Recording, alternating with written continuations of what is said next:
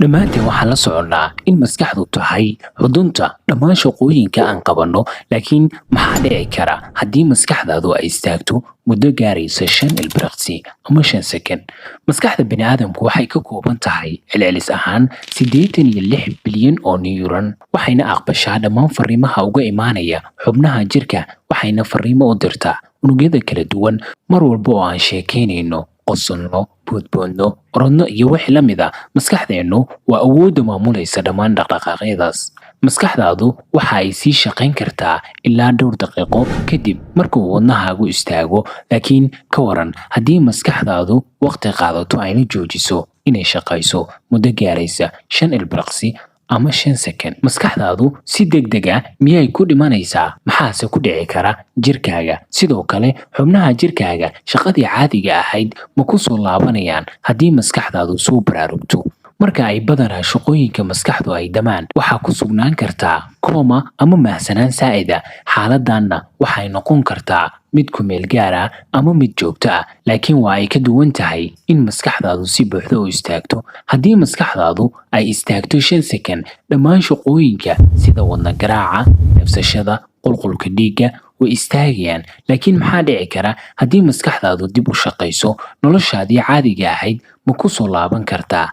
Xaqiiqda qaraar ayaa waxay tahay haddii ay maskaxdaadu istaagto 5 sekond ama 5 ilbiriqsi, waxaa noqonaysaa qof maskaxdiisu dhimatay. Maskax dhimashaduna ma ahan wax dib looga noqon karo. Inta aad ku jirtid xaaladdaas, waxaa macquula inaadan u ekayn qof dhintay, laakiin waxa u eg tahay inaad ku jirtid hurdo aad u fog. Sidaa darteedna, inta lagu ogeysiinayo in maskaxdaadu dhimatay, waxa ay dhakhaatiirtu ku marinayaan dhowr tijaabo. Waxaa ka mid ah inay iftiin ku ifiyaan indhahaaga si ay u eegaan dhaqdhaqaaqooda inuusan shaqaynayn iyo in kale. Sidoo kale, in jirkaagu ka falcelinayo xanuunka marka ay xaqiijiyaan in wax dhaqdhaqaaqa oo wadnaha uusan jirin, wax shaqo ahna aysan qabanayn maskaxdu. Kadib, caafimaad ahaan ayuu qofkaasi u dhintay. Arrinkaana dib waxbana looguma qaban karo ama dib waxbana looguma celin karo. Maskaxdaadu waxaa macquul ah inaysan soo noqon, laakiin maxaa ku dhici kara jirkaaga iyadoo aan tijaabo caafimaad la aadin? Dhimashada maskaxda